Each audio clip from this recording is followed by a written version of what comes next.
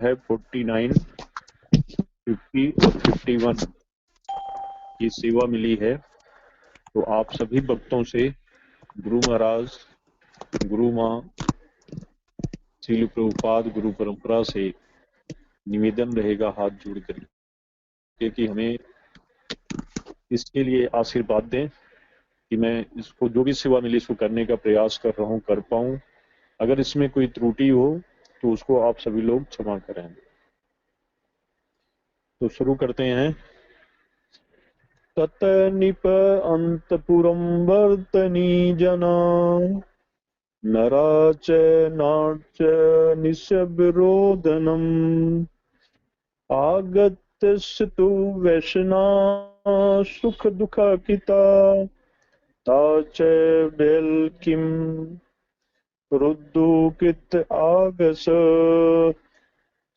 तत निप अंतपुरम वर्तिन जना नरा च नार्य च निशब्रोदनम आगतस्तु वैष्णास्तु दुःखिता ता च वेलिकं रुद्धुकृत आगस तत निप अंतपुरवर्तिन जना नरा च नार्य च निशब्रोदनम् आगत्य तु वैष्णासु दुःखिता ताह बेलिकं रुद्धुकृत आगस।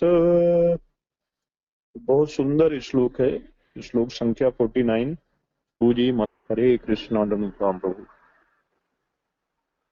ततो निर्पान्ता पूर्वर्तिनो जना नराश्च नार्यश्च निशम्य रोदनम् आगत्य तुल्यवैष्णा सुदुःखिता अस्ताच्च वैलिकं रुरुद कीर्तागत। हरे कृष्णा। धन प्रणाम प्रभु। तत्पश्चात निप्र, हे राजा, अंतपुरवर्तिन, रनिवास के सभी वासी, जना, सभी व्यक्ति, नरा, पुरुष, च तथा नार्य, स्त्रियां, च भी, निशम्य सुनकर, रोदनम रोना, आगत्य आकर, तुल्य व्यसना समान रूप से संतप्त होकर, तु दुखिता अत्यधिक विलकती हुई, ता वे, च तथा, बेलिकम झूठ मूठ ढोंग करके, रु रुदु रोने लगी, कृत आगस अपराध करने विष देने वाली। हे राजा परीक्षित, रानी का जोर जोर से बिलखना सुनकर रनिवास के सभी स्त्री पुरुष आ पहुंचे। समान रूप से संतप्त होने के कारण वो रोने लगे। जिन रानियों ने विष दिया था, अपने अपराध को भली भांति जानती हुई वे भी झूठ मूठ रोने का ढोंग करने लगी। तो बहुत सुंदर बताया गया इसमें कि किस तरह से यहाँ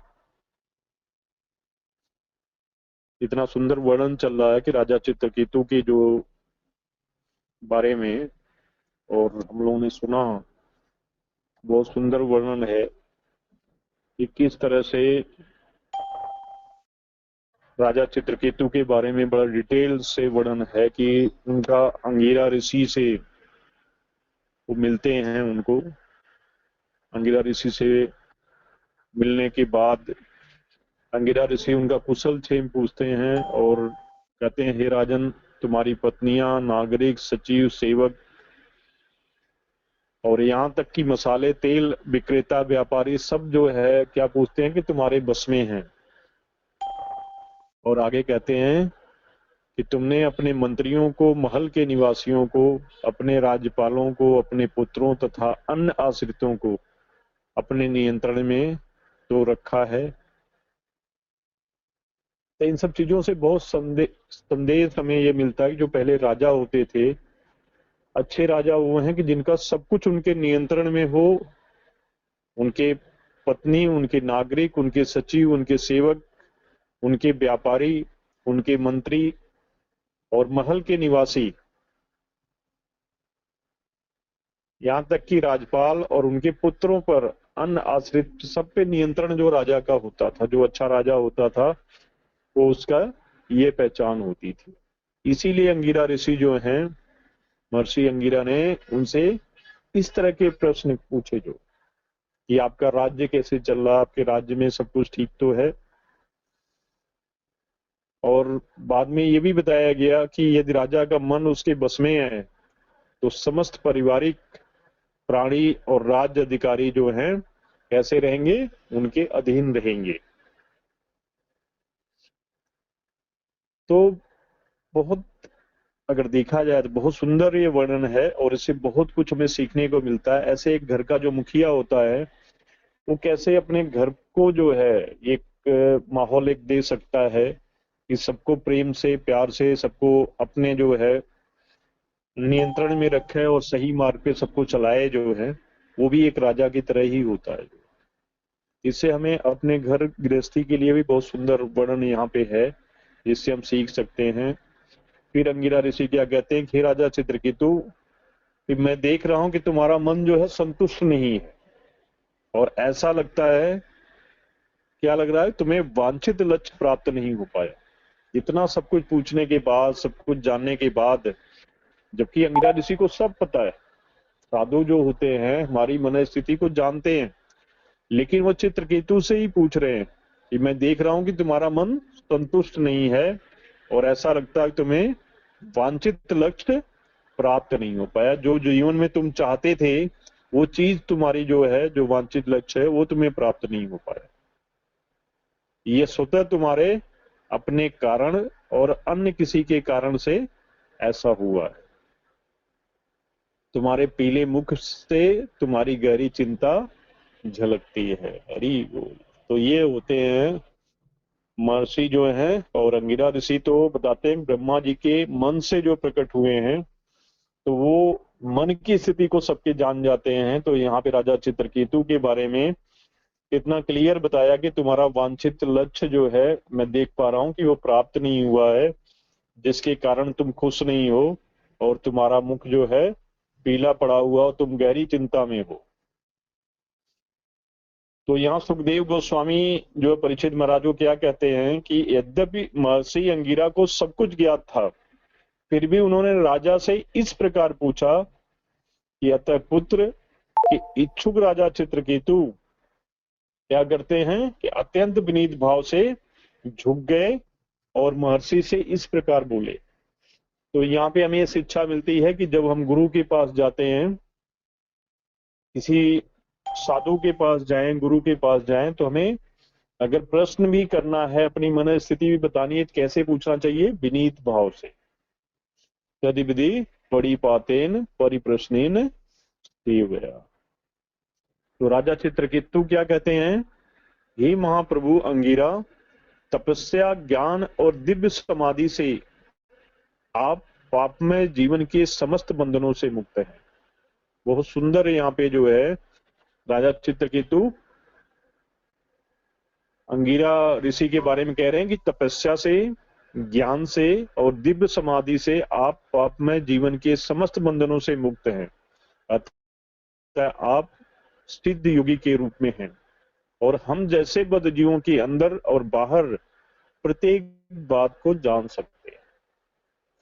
तो यहाँ पे अंगिरा ऋषि जो है सब कुछ, कि हमारे अंदर क्या चल रहा है, हमारे बाहर क्या है, हम अंदर से क्या है, हम बाहर से क्या है, वो हमारी मन स्थिति को भी जान सकते हैं। और कैसे जान सकते हैं कि वो बहुत सुंदर तपस्वी हैं, ज्ञानी हैं और दिव्य समाधि से आप पाप में जीवन के समस्त बंधनों से मुक्त हैं और वो समस्त प्रकार के बंधनों से मुक्त हैं। इस तरह से वो प्रश्न पूछते हैं और राजा चित्रकेतु कैसे उनसे विनती करते हैं हमने ये भी सुना कि किस तरह से अंगिरा ऋषि सब कुछ जानते हैं और फिर भी उनसे पूछ रहे हैं, तो मैं चिंतापूर्ण क्यों हूं, कि क्या मुझे किस चीज की चिंता है। तो अतः मैं उनकी आज्ञा के प्रत्युत्तर में के कारण प्रकट हो रहा हूं। तो इस तरह से अगर देखा जाए कि जिस प्रकार से भूखा और प्यासा व्यक्ति फूल की मालाओं या चंदन लेप जैसी ब्रात तृप्ति से संतुष्ट नहीं होता, उसी प्रकार पुत्र न होने से मैं अपने साम्राज्य, ऐश्वर्य और संपदा से, जिनके लिए बड़े बड़े देवता भी लालायित रहते हैं, संतुष्ट नहीं हूं। तो यहाँ पे राजा चित्रकेतु क्या कहते हैं कि जिस प्रकार से भूखा और प्यासा व्यक्ति फूल की माला अगर उसको पहना दिया जाए, चंदन का उसको लेप कर दिया जाए, तो कभी भी उससे संतुष्ट नहीं होता। कारण कि उनको क्या है, भूख लगी हुई है और प्यास लगी हुई। भूख कहाँ लगी हुई है, उनके पेट में प्यास लगी हुई है। और उनको हम अगर फूल की मालाएं पहनाते हैं, चंदन से लेप किया हुआ, चंदन से लेप करते हैं, तो उनकी ब्रात तृप्ति से वो संतुष्ट नहीं होता। उसी प्रकार पुत्र न होने से मैं अपने साम्राज्य, ऐश्वर्य और संपदा से, जिनके लिए बड़े बड़े देवता भी लालायित रहते हैं, संतुष्ट नहीं हूं। यहाँ पे क्या निकल के आता है कि किसी प्रकार की कमी उनके पास नहीं है राजा चित्रकेतु की, लेकिन उनकी भूख और प्यास क्या है कि उनके पास उनके पुत्र नहीं है। और बाद में वो क्या मांगते हैं कि, और कारण बताते हैं कि मैं क्यों चाहता हूं कि मेरे पितरों की रक्षा कीजिए, क्योंकि मेरे संतान न होने से नरक के अंधकार में धंसते जा रहे हैं, और कृपया कुछ ऐसा करिए कि मुझे पुत्र प्राप्त हो जो हम सबों को नार की दशाओं से उबार सके। अब देखिए, आध्यात्मिक दृष्टि से देखा जाए तो हम साधु से और गुरु से हमें क्या मांगना चाहिए कि हम कैसे भगवत भक्ति में आगे बढ़ें, कैसे शुद्ध तरीके से भक्ति करें, कैसे हम प्रेममयी अपनी इंद्रियों से, अपनी इंद्रियों की स्वामी की प्रेममयी सेवा करें, जिससे क्या हो, हमारे गुरु प्रसन्न हो, भगवान प्रसन्न हो। ये प्रश्न होना चाहिए हमारा। लेकिन अंगिरा ऋषि से महाराजा चित्रकेतु क्या प्रश्न कर रहे हैं कि मुझे जिस व्यक्ति को भूख लगा हो, प्यास लगा हो, और उसको अगर माला पहना दी जाए, सुंदर फूलों की माला पहना दी जाए और बाहर से चंदन का लेप कर दिया जाए, तो वो संतुष्ट नहीं होता। उसी प्रकार पुत्र न होने के कारण वो क्या है, दुखी हैं, जबकि उनके पास किसी तरह की ऐश्वर्य की, संपदा की, किसी तरह की कोई कमी नहीं है, जिसके लिए बताया गया बड़े बड़े देवता भी लालायित रहते हैं। इतना उनके पास सब कुछ है, सुंदर उनके पास प्रजा भी है, सब है। लेकिन आध्यात्मिक दृष्टि से देखा जाए तो ये जो भौतिक आसक्ति उनकी थी, जो पुत्र मोह था, यही उनकी जो दुख का कारण है। और इसी तरह से कि किस तरह आगे बताया गया, सभी लोगों ने बहुत सुंदर बताया था कि फिर जो है चित्रकेतु की प्रार्थना किए जाने पे भगवान ब्रह्मा के मन से उत्पन्न मानस पुत्र अंगिरा ऋषि जो हैं क्या करते हैं, अत्यंत दयालु हो उठते हैं, उनके प्रति दया करते हैं। और अत्यंत शक्तिशाली व्यक्तित्व होने के कारण ऋषि ने त्वष्टा नामक देवता की खीर और पिंडदान करके यह यज्ञ संपन्न किया। और फिर अंगिरा ऋषि जो हैं अवशेष प्रसाद को चित्रकेतु की लाखों रानियों में से सबसे बड़ी रानी, जो परम गुणवती रानी जो है, उनको प्रदान किया, जिसका नाम कृतदेतु था। तो उसी टाइम क्या बताते हैं उनको कि तत्पश्चात ऋषि ने राजा को कहा कि हे राजन, अब तुम्हारे एक पुत्र होगा जो हर्ष और शोक दोनों का कारण बनेगा। और ऐसा कह करके चित्रकेतु के उत्तर की प्रतीक्षा न करके ऋषि चले गए। तो ये हमने रिपीट किया पहले कि इतनी सुंदर कथा है, जितनी बार इसको पढ़ा जाए, जितनी बार समझा जाए, बहुत ही आनंद आता है इसमें। तो आगे बताया गया कि किस तरह से राजा चित्रकेतु का झुकाव जो है सबसे बड़ी रानी के प्रति हुआ, जो है उनको पुत्र रत्न की प्राप्ति भी हुई, और उनका वो अपने पुत्र के मोह में फंस करके किस तरह से अपनी बड़ी रानी को सबसे ज्यादा प्रेम करने लगे और बाकी बाकी रानी की उपेक्षा होने लगी। और एक स्थिति ऐसी आई कि बाकी रानियों के मन में ये भावना आई कि राजा हमें ध्यान नहीं देते, हमारे से प्रेम नहीं करते, तो उनके अंदर द्वेष पैदा हुआ। और यहाँ पे तो बताया गया कि ज्वर नाम दिया गया। प्रभुपाद जी बताते हैं कि जैसे किसी को ज्वर हो जाता, बुखार हो जाता, इस तरह की उनके आपस में द्वेष जो हुआ जो है कि राजा ज्यादा ज्यादा समय सबसे बड़ी रानी को देते हैं और उनके पुत्र प्राप्त हुआ इस नाते वहीं पे समय देते हैं, हम लोगों को समय नहीं देते, हमारे से प्रेम नहीं करते, तो द्वेष हुआ।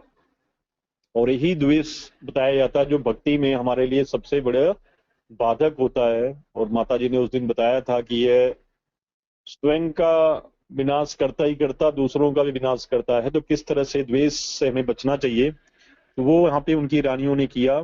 और आगे स्थिति क्या आती है इस श्लोक में जो हमने पढ़ा जो है यहाँ पे 49 में, कि क्या बताया जाता है कि हे राजा परीक्षित, सुखदेव गोस्वामी कह रहे हैं, हे राजा परीक्षित, रानी का जोर जोर से बिलखना सुनकर रनिवास के सभी स्त्री पुरुष आ पहुंचे और समान रूप से संतप्त होने के कारण रोने लगे।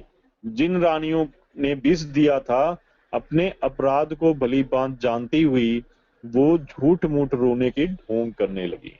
अरे वो तो ये द्वेष इस स्थिति तक पहुंचा कि उन्होंने कहा कि जो इसकी जड़ है, पुत्र के नाते ही राजा जो है बड़ी रानी की तरफ जो ज्यादा समय दे रहे हैं, उन्हें ज्यादा प्रेम कर रहे हैं, तो हम क्यों ना उनको उनके पुत्र को ही समाप्त कर दें। और उन्होंने फिर क्या किया, अंतोगत्वा उनको विष दिया और विष दे करके उस बच्चे को मारने का प्रयास किया। आगे बताया गया था कि किस तरह से पहले बड़ी रानी को ये पता ही नहीं चला कि हमारा पुत्र मर चुका है, वो सोच रही है कि गहरी नींद में सो रहा है। और बाद में अपनी सेविका से कहती है, सखी हमारे पुत्र को हमारे पास लेके आओ। और जब लाया जाता है तो देखते हैं कि ये मृत्यु की दशा में है। और वही यहाँ पे बताया गया कि किस तरह से सभी फिर रानी जो है रोने लगती हैं और समान रूप से संतप्त होने के कारण रोने लगे। और जिन रानियों ने विष दिया था, देखिए क्या स्थिति बनती है, द्वेष कैसा होता है कि अपने अपराध को भली भांति जानते हुए जिन रानियों ने मिलके विष दिया था बालक को, वो अपने अपराध को भली भांति जान रही हैं, फिर भी क्या है, वो झूठ मूठ के रोने का ढोंग करने लगती है। तो देखते हैं श्लोक संख्या 50 और 51 में, श्रुत्वा मृतं पुत्रम अलिखितम अंतकमम विनष्ट दृष्टि प्रपतने अस्खलन प्रति स्नेहानुबंध यदि दत्ता शुचा शुभम विमुचत अनुप्रति द्विजवृत प्रपात वालस्य सह पाद मूले मृतस्य ब्रिभ्यस्य सुरोहु अंबर दीर्घम श्वसनम बाष्पकला उपरोधत निरुद्ध कंठ न शशांक भासितुम। शब्दार्थ, श्रुत्वा सुनकर, मृतम मरा हुआ, पुत्रम पुत्र को, अलक्षितम अंतकम मृत्यु के कारण न ज्ञात होने से, विनष्टि दृष्टि ठीक से न देख सकने के, प्रपत्न लगातार गिरते पड़ते, अस्खलन लुढ़कते हुए, पथि मार्ग पर, स्नेह अनुबंध स्नेह के कारण, यदिदता अत्यधिक बढ़े हुए, सुचा शोक से, शुभम अत्यधिक विमूर्छित मूर्छित होकर, अनुप्रकृत अपने मंत्रियों तथा अन्य अधिकारियों के साथ, द्विजय विद्वान ब्राह्मणों से मृत घिरे हुए, पपात गिर पड़ा, वालस्य लड़के के, स वह राजा, पाद मूले पांव पर, मृतस्य मृत शरीर के, विशेष बिखरे हुए, शिरो रुहु बाल, अंबर तथा वस्त्र, दीर्घम लंबी, श्वसन श्वास, वाष्प कला उपरोधत, अश्रुपूरित होकर चिल्लाने ने, निरुद्ध कंठ, रुधि हुई बाणी से, न नहीं, शशांक समर्था, भासी तुम बोलने में। जब राजा चित्रकेतु को यह सूचना मिली, चित्रकेतु ने सुना कि न जाने कैसे उसका पुत्र मर गया है, तो वो प्रायः अंधासा हो गया। पुत्र के प्रति अगाध स्नेह के कारण उसका विलाप जलती हुई अग्नि के समान बढ़ता गया और रास्ते भर वह भूमि पर लगातार गिरता पड़ता लुढ़कता हुआ उस मृत बालक को देखने गया। अपने मंत्रियों, अपने अधिकारियों एवं विद्वान ब्राह्मणों से घिरा हुआ वह राजा वहां पहुंचा और उस बालक के चरणों पर अचेत होकर गिर पड़ा। उसके बाल, वस्त्र अस्त व्यस्त हो गए। जब दीर्घ श्वास लेते हुए राजा को होश आया तो उसके नेत्र आंसुओं से भरे हुए थे और वह बोल नहीं पा रहा। तो यहाँ इतना सुंदर वर्णन जो है बताया जा रहा है इस दोनों श्लोक के माध्यम से कि किस तरह जब राजा चित्रकेतु की यह पता चलता है, जब उनको सूचना मिलती है कि न जाने कैसे उनके पुत्र जो है मर गया है। अब राजा चित्रकेतु को अपने पुत्र में इतनी आसक्ति थी कि वो कैसे हो गए, प्राय वो अंधासा हो गए और पुत्र के प्रति अगाध स्नेह के कारण वो विलाप जलती हुई अग्नि के समान बढ़ता गया। जो विलाप कर रहे थे वो किस तरह से बढ़ रहा था, जैसे जलती हुई अग्नि बढ़ती है, फैलती जाती है, उसी तरह से उनका विलाप जो है वो बढ़ता गया। और रास्ते भर वो किस तरह से आ रहे थे, भूमि पर लगातार गिरते पड़ते और लुढ़कते हुए उस मृत बालक को देखने के लिए वो जा रहे थे। और अपने मंत्री, उनके अधिकारी, सभी विद्वान ब्राह्मण जो हैं उनसे वो घिरे हुए थे। और जब राजा वहां पे पहुंचे तो क्या बताया गया कि बालक के चरणों पे अचेत होकर गिर पड़े और उसके बाल कैसे हो गए, अस्त व्यस्त हो गए। और वो दीर्घ श्वास लेते हुए राजा को होश आया। ऋषि मुनि जो कहते हैं, गुरु जो हमें बताते हैं वो हमारे जीवन में निश्चित होता है। तो अब उनका शोक का समय भी बहुत जल्दी आ गया और किस तरह से बाकी रानियां द्वेष बस उनको जो है उनके बालक को जहर देती हैं। और कैसे राजा के यहाँ बताया गया कितनी आसक्ति है उनके पुत्र में, कि उनकी क्या स्थिति होती है कि किस तरह से विलाप करते हैं कि जैसे अग्नि के जो बढ़ती जाती है, अग्नि फैलती जाती है, वो उनके विलाप का जो स्थिति है उस तरह से होती है। रास्ते में गिरते पड़ते हुए आते हैं और जबकि वो अपने सारे, बताया गया कि सारे अधिकारियों से, मंत्रियों से घिरे हुए हैं, विद्वान ब्राह्मण भी उनके पास हैं, लेकिन फिर भी राजा क्या करते हैं, अपने बालक के चरणों में जाके गिर जाते हैं। और लास्ट में उनके बताया गया कि उनके अस्त्र वस्त्र भी कैसे हैं, सब व्यस्त, सब बिखरे हुए हैं। और श्वास लेने में जब होश आया तो उनके नेत्र कैसे पाए गए, आंसुओं से भरे हुए थे और वो बोल नहीं पा रहे थे। ये सारी स्थिति कैसे बनती है, हम सभी लोग गृहस्थ जीवन में हैं, ऐसा सबको हम लोगों को पता है कि अगर किसी का जन्म है तो मृत्यु भी निश्चित है। और भगवत गीता में क्लियर बताया गया, भगवान की वाणी है कि जन्म मृत्यु जरा व्याधि दुख दोष अनुदर्शनम। तो यही सुंदर चीजें हम लोगों को यहाँ बताई जाती हैं इस कान में। और शास्त्र साधु गुरु के माध्यम से कि जो जन्म लिया है उसकी मृत्यु भी निश्चित है। और जरा और व्याधि, ये चार चीजें जो हमें किस रूप में देखना चाहिए, दुख के रूप में देखना चाहिए। और इससे कैसे निकलना है वो भी बताया जाता है। तो सारी प्रॉब्लम है क्या, कि राजा की जो पुत्र की आसक्ति थी, सारी समस्या का जड़ जो है यहाँ पे है। तो हम इसका सुंदर देख सकते हैं कि चाहे कहे कोई राजा हो, हमारे आचार्यों में जो है अगर बताया जाता है, सनातन गोस्वामी का उदाहरण आता है, अगर कभी हम उनके बारे में देखें, पढ़ेंगे, या हम लोग महाराज जी से सुनते हैं, गुरु से सुनते हैं, तो हमें बताया जाता कि अगर ये प्रश्न जो है चैतन्य महाप्रभु से जब शरण में वो गए थे तो किस तरह से गए थे, एक तीर्ण को दांत में कहते हैं तिनका दबा करके जाकर के वहां पे कहते हैं कि सारा संसार मुझे पंडित के रूप में जानता है। कारण सनातन गोस्वामी जो है कैसे थे कि एक तरह से उस राज्य में बहुत मतलब कह सकते हैं फाइनेंस मिनिस्टर के रूप में थे और उनको कई भाषाओं का ज्ञान था। संस्कृत भाषा का बहुत सुंदर ज्ञान था, अरबी भाषा का ज्ञान था, उनको जो फारसी भी आती थी उस भाषा का ज्ञान था। वो बंगाल के राजा हुसैन शाह के यहाँ जो है फाइनेंस मिनिस्टर थे।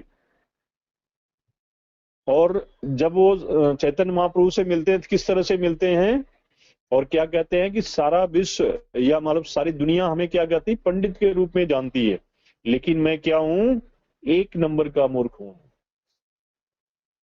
अब आप सोचिए कि किस तरह से डाउन टू अर्थ जिसको बोला जाता है। हमारे छठ गोस्वामी में से एक है सनातन गोस्वामी।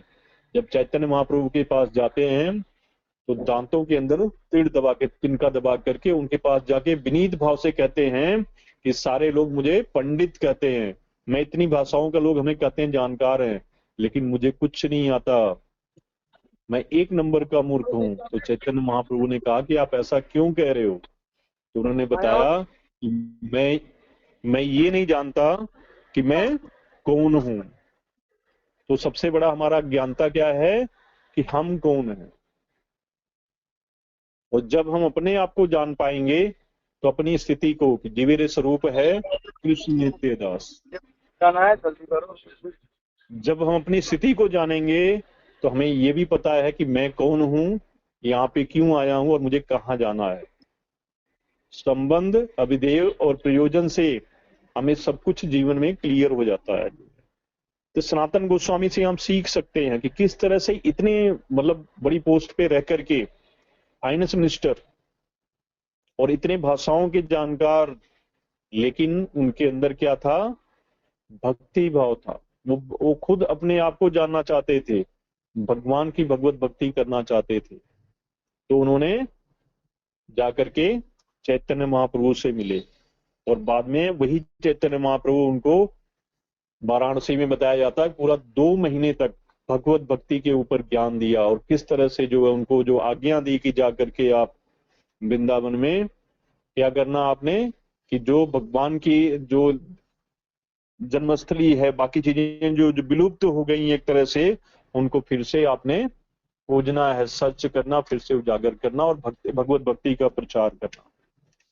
तो इस तरह से हम देखते हैं कि हम पहले यही नहीं जान पाते कि हम हैं कौन, और ये नहीं कोई मानता कि हमारा कोई दूसरा जन्म भी होना है, कि हम इस जन्म में जो भौतिक जीवन में हैं, जो कार्य कर रहे हैं, ये कर्म हमें एक कर्म फल हमें मिलेंगे, हमारा दूसरा जन्म भी होगा। कोई यही मानने के लिए तैयार नहीं होता। तो किस तरह से जो हम कर्म करते हैं वो हमारे मृत्यु के समय हमारी कैसी इच्छाएं हैं, ये सारी चीजें मनुष्य जन्म बहुत ही जिम्मेदारी का जीवन, क्योंकि मृत्यु किसी भी समय आ सकती है। जन्म हमने जैसे जैसे कार्य किए हैं उसी पर अगला जन्म हमें मिलता है। क्या बताया जाता है कि जैसे हम इस जीवन में कार्य करेंगे उसी हिसाब से हमें अगला जन्म मिलेगा। लेकिन दुर्भाग्यवश कलयुग के लोग कैसे हैं कि अवसर ऐसी बात नहीं मानते, क्या कहते हैं कि ये सब बेकार की बात है, ये सब पागलपन है, क्या करना चाहिए, ये सब किसने देखा है, जो ये सब व्यर्थ की बातें हैं, क्या करना चाहिए, खाओ पियो ऐश करो, मौज करो, आनंद में रहो, पाप वो कुछ नहीं होता। इस जबकि शास्त्रों के हिसाब से देखेंगे कि ये सारी चीजें कैसी हैं, काल्पनिक हैं, अर्थात हमारी मूर्खता है। जैसे यहाँ पे राजा चित्रकेतु के बारे में बताया गया कि जो उनका मोह है वो किसमें है, पुत्र में है। ये भी मूर्खता है अगर देखा जाए, होना चाहिए लेकिन एक लिमिट तक। और सही माने में मोह कहाँ होना चाहिए, वो आसक्ति कहाँ होनी चाहिए, भगवान में होनी चाहिए। अगर भगवान में उनकी आसक्ति होती, वो भगवत भक्ति कर करके आगे बढ़ना चाहते, भगवान के धाम जाना चाहते, तो उनको ये पुत्र के शोक में ये स्थिति उनकी नहीं बनती। लेकिन अज्ञानतावश क्या होता है कि हम माया के प्रभाव से कह लें कि यहाँ पे समाज में क्या बताया जाता है कि असली जीवन क्या है, ज्यादा धन धन संचय संचय करो, ठीक है, अपना विलासता वाला जीवन बनाओ, और क्या करना हमने, खाओ पियो मौज करो, अच्छा अच्छा पहनो, अच्छा खाओ। ये जो है पुनर्जन्म की बात और ये कर्म की बात, भगवत भक्ति, ये सब बेकार है, कुछ नहीं है इसमें, जैसा कि हम समाज में देखते हैं। लेकिन भगवान ने भगवत गीता में क्लियर बताया है कि मनुष्या नाम सहस्रेतु कश्चित सिद्धे ताम सिद्ध्या नाम कश्चित मामेति तत्। हजारों हजारों मनुष्यों में से, करोड़ों में से कोई एक बिरला ही होगा जो हमारी भक्ति में अग्रसर होगा। तो ये इतना हायर टेस्ट हम लोगों को जो मिल रहा है भगवान कृष्ण की भक्ति करने के लिए, ये इतने आसान नहीं है और सबको नहीं मिल सकती। ना हर कोई भगवान कृष्ण का भक्त बन सकता है, न सबके जीवन में ये इस तरह से गुरु जो है परंपरा से गुरु मिल सकते हैं। ये हम लोगों का बहुत बड़ा सौभाग्य है कि हमें मनुष्य योनि में जन्म मिला और भगवान के जो धाम के नजदीक, वृंदावन के नजदीक मिला, और हमें गुरु मिले इतने सुंदर जो है, कहां से, परंपरा से गुरु मिले, और फिर हमें शास्त्र साधु गुरु के माध्यम से भगवत भक्ति भी मिल रही है। थोड़ा बहुत हम लोग रोज ये नित्यम भागवत सेवया भागवतम क्लासेज हो रही हैं, भगवान के बारे में सुन पा रहे हैं, तो ये कोई सामान्य बात नहीं है। इसीलिए भगवान ने कहा कि करोड़ों करोड़ों मनुष्यों में से कोई बिरला ही होगा जो भगवत भक्ति करे, जो हमारी भक्ति करेगा, हमारे बारे में जानेगा। उससे पहले क्या बताया भगवान ने कि जन्म कर्म च मे दिव्यम एवं एवेति तत्वतः त्वक्त्वा देहम पुनः जन्मम नयेति मामेति स अर्जुन। सिर्फ इतना जान लेना कि हमारे जन्म और कर्म दिव्य हैं। जो ये चीज ही तत्व से जान ले उसको दोबारा इस धराधाम पे नहीं जाना पड़ता। लेकिन होता क्या है कि यहाँ पे आप जब समाज में प्रचार करने के लिए जाते हैं वो सोचते हैं कि ये आगे बेकार की बात करेंगे, कहेंगे भगवान का नाम लो। कल हम लोग प्रचार के लिए गए थे तो वहां पे ये प्रश्न आ रहा था कि कौन 15 मिनट समय निकालेगा भगवान के नाम के लिए नए लोगों में से। तो बहुत कम हाथ उठे जो हैं, मालाएं दी गई जप करने के लिए, लेकिन वो लगता है जैसे हमारे लोगों के ऊपर एहसान कर रहे हैं, उन्हें हम कोई ऐसी चीज बता रहे हैं कि जो उनको नहीं करना चाहिए। तो ये स्थिति है समाज की, और ये कलयुग में ये होना ही है कि हर आदमी भगवत भक्ति से नहीं करेगा। लेकिन वो बहुत बड़े सौभाग्यशाली हैं, हमारा बहुत बड़ा सौभाग्य है कि किसी न किसी के माध्यम से, शिक्षा गुरु के माध्यम से, दीक्षा गुरु के माध्यम से हमें भगवान का नाम मिला। 4 नियम पालन करना, 16 माला का जप करना, और इस तरह से साधु संग करना। भागवतम के बारे में हम लोग सुंदर सुन पा रहे हैं, हमें भगवत गीता के बारे में क्लासेस चलती हैं, वहां बताया जाता है, और सारी क्लासेस हैं। तो ये सब सुनना, और हम लोग 2 घंटे बताया जाता कि 24 घंटे में से 2 घंटे अगर निकालते हैं, 2 घंटे सन्यास के रूप में, सन्यासी के रूप में रहना। क्या कि हमें सही तरीके से महामंत्र का जप, हरे कृष्ण कृष्ण कृष्ण हरे हरे, हरे राम राम राम हरे हरे, ये शुद्ध तरीके से 16 माला जप करें। 4 नियम का हम पालन करें दृढ़ता से। चाहे हमारा मन कहीं भी जाता हो उसको खींच करके लाना पड़ेगा। ये हम कलयुग में रह रहे हैं, मन हमारा बहुत ही तीव्र गति से चलने वाला है। कहते हैं मन की स्थिति जो वायु से तेज चलता है, तो उसको हमें जप में लगाना पड़ेगा। अगर हम 16 माला 4 नियम का पालन करते हैं और हमारे जीवन में शास्त्र साधु गुरु के माध्यम से बताए हुए मार्ग पे चलेंगे, तो निश्चित रूप से हमें भगवत प्रेम प्राप्त होगा, भगवान का प्रेम प्राप्त होगा। गुरु के आशीर्वाद से हम भगवत भक्ति कर पाएंगे। ये हमारी दृढ़ सदा होनी चाहिए, न कि जैसे चित्रकेतु का उदाहरण दिया गया है। ऐसे पता नहीं कितने चित्रकेतु हैं इस समाज में कि जो कोई पुत्र के मोह में, कोई पत्नी के मोह में, कोई धन के मोह में क्या हो रहा है, दुखी होता है। पीछे क्लासेज में बताया गया कि लोग अपने दुख से दुखी नहीं होते, दूसरे के सुख से दुखी होते हैं। तो जो चतुर होगा, कृष्ण भक्त कैसा होता, बताया गया कि वो बहुत चतुर होता है, चालाक होता है। उसको ये पता है कि ये व्यर्थ की चीजें हैं, इसमें हमें आसक्ति नहीं रखनी है। किसमें आसक्त होना है, भगवान के शुद्ध भक्तों में आसक्ति रखनी, उनके संग के लिए आसक्ति रखनी है। कि कैसे हमें शुद्ध भक्तों का संग हो, ज्यादा संग करें, कैसे भगवान के बारे में सुने, और कैसे हम अपनी भक्ति में दृढ़ हो गए। हमें इन चीजों में आसक्ति रखनी है। ये चीजें जो है, पुत्र में आसक्ति रखना, पत्नी में आसक्ति रखना, धन में आसक्ति रखना, घर में आसक्ति रखना, ये हमारे दुख का कारण है। और हम सभी लोगों को इसका अनुभव है, मैं भी उसमें शामिल हूं, मेरा भी अनुभव है कि यहाँ पे इन चीजों में दुख के सिवा और कुछ नहीं मिलता। अगर किसी को परमानेंट आनंद चाहिए, अल्टीमेट जिसको बोलते हैं कि वो आनंद जो कभी खत्म ही ना हो, तो किसमें है, भगवत भक्ति में है, हरिनाम संकीर्तन में है। जितनी देर संकीर्तन होता, जितनी देर क्लासेज होती हैं, अगर हम ध्यान से सुनते हैं तो हमारे मन से बाकी चीजें काफी हद तक डिलीट हो जाती हैं। अगर श्रोता अच्छा है तो वक्ता जो भी बोल रहा है वो उसको ग्रहण करेगा, और जितनी काम की चीजें हैं उसको अपनी भक्ति में अप्लाई करेगा। तो जैसे यहाँ सुखदेव गोस्वामी और परीक्षित महाराज की ये वर्णन हो रहा है, किस तरह से परीक्षित महाराज सुखदेव गोस्वामी से प्रश्न कर रहे हैं।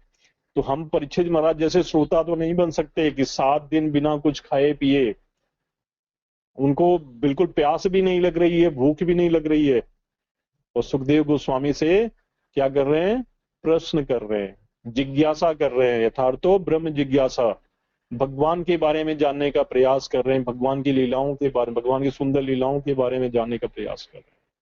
हमारी स्थिति ऐसी नहीं हो सकती, लेकिन हम इतना तो कर सकते हैं कि जो हमें बताया जाए गुरु के माध्यम से, शास्त्र, साधु और गुरु के माध्यम से जो हमें बताया जाए, उसको हम अपने जीवन में अप्लाई करने का प्रयास कर सकते हैं, और करना चाहिए। जितने भी हम कहते हैं, एक लाइन भी अपने जीवन में डालते हैं तो निश्चित रूप से हमारा कल्याण होगा। हमारे आचार्यों ने इसके लिए कितना त्याग किया, श्रील प्रभुपाद जी के बारे में हम लोग पढ़ पा रहे हैं, कितना बड़ा त्याग किया वो। तब हमें यह सब कुछ थाली में डाल करके दिया जा रहा है, अब उसको हम ग्रहण नहीं कर पा रहे हैं प्रसाद के रूप में।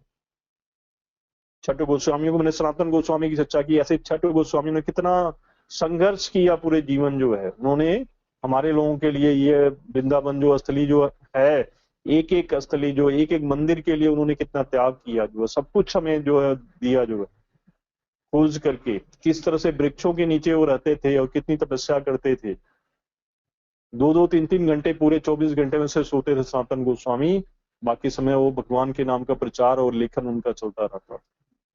तो इस तरह से सभी भक्तों का है, बहुत शुद्ध भक्त जो हैं सभी वैष्णव। तो हमें उन लोगों का जो कहते हैं ना, पका हुआ फल थाली में सब कुछ मिल रहा है और उसको भी हम ग्रहण नहीं कर, परंतु ये हमारा दुर्भाग्य ही है।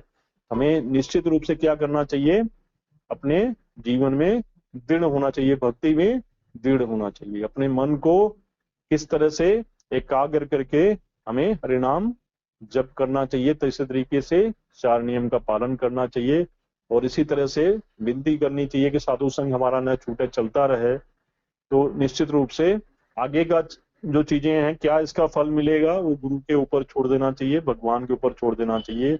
वो अपने आप जो है भगवान देख रहे हैं, और भगवान ने बताया कि सबसे ज्यादा हमें कौन प्रिय है, भक्त प्रिय है। तो अगर हमारी भक्ति शुद्ध तरीके से होगी तो कहीं ना कहीं गुरु के माध्यम से वो हाथ पकड़ करके हमारे को सही रास्ते पे लगाएंगे। तो मैंने काफी समय लिया आप सभी भक्तों का, और निश्चित रूप से हमारे से त्रुटि हुई होगी तो आप लोग क्षमा करेंगे। किसी का कोई प्रश्न है, कोई एडिशन है तो कर सकते हैं।